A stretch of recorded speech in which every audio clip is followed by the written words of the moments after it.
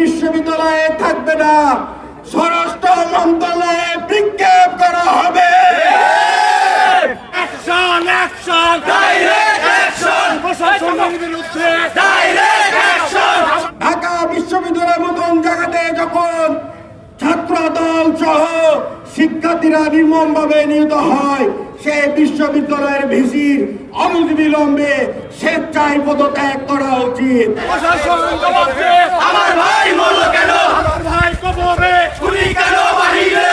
এর ভাই আমাদের নেতা শাহরিয়ার আলম সাম্যকে, আমাদের ভাইকে পরিকল্পিতভাবে হত্যা করা হয়েছে।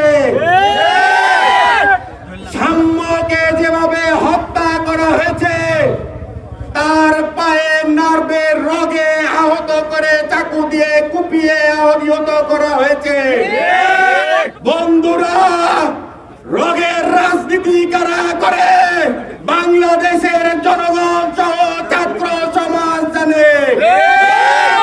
আজকের এই মশাল মিছিল শেষে স্বরাষ্ট্র উপদেষ্টাকে বলতে চাই, আজকের এই মশাল মিছিল রাজশাহী বিশ্ববিদ্যালয়ের পবিত্র মাটিতে প্রদক্ষিণ করেছি। আমার ভাই সাম্যর বিচার যদি সুষ্ঠুভাবে সম্পন্ন না করা হয়, এই মশাল রাজশাহী বিশ্ববিদ্যালয়ে থাকবে না, স্বরাষ্ট্র মন্ত্রণালয়ে বিক্ষেপ করা হবে। দরকার যদি পড়ে ছাত্র দলের নেতাদেরকে আর কোন রক্ত ঝরে, সেই রক্তের বিনিময়ে মশাল আমরা যমুনাতে নিক্ষেপ করবো। বিচার যদি না করো, ইন্টারিম গদি ছাড়ো, ইন্টারিম গদি ছাড়ো, বিচার যদি না করো, ইন্টারিম গদি ছাড়ো। এক ভরার ঈদে রক্ত নিয়ে আমরা আজকে উপস্থিত হয়েছি। ঢাকা বিশ্ববিদ্যালয়ে সাম্যকে নির্মমভাবে হত্যা করা হলো। এখন পর্যন্ত ঢাকা বিশ্ববিদ্যালয়ের প্রশাসন নীরব। RICL TMX, যুগের পর যুগ স্থাপনা থাকে মজবুত।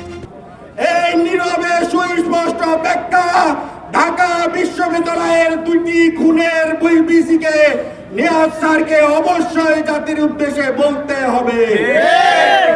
ঢাকা বিশ্ববিদ্যালয়ের মতন জায়গাতে যখন ছাত্র দল সহ শিক্ষার্থীরা নির্মমভাবে নিহত হয়, সে বিশ্ববিদ্যালয়ের ভিসির অনতিবিলম্বে স্বেচ্ছায় পদত্যাগ করা উচিত।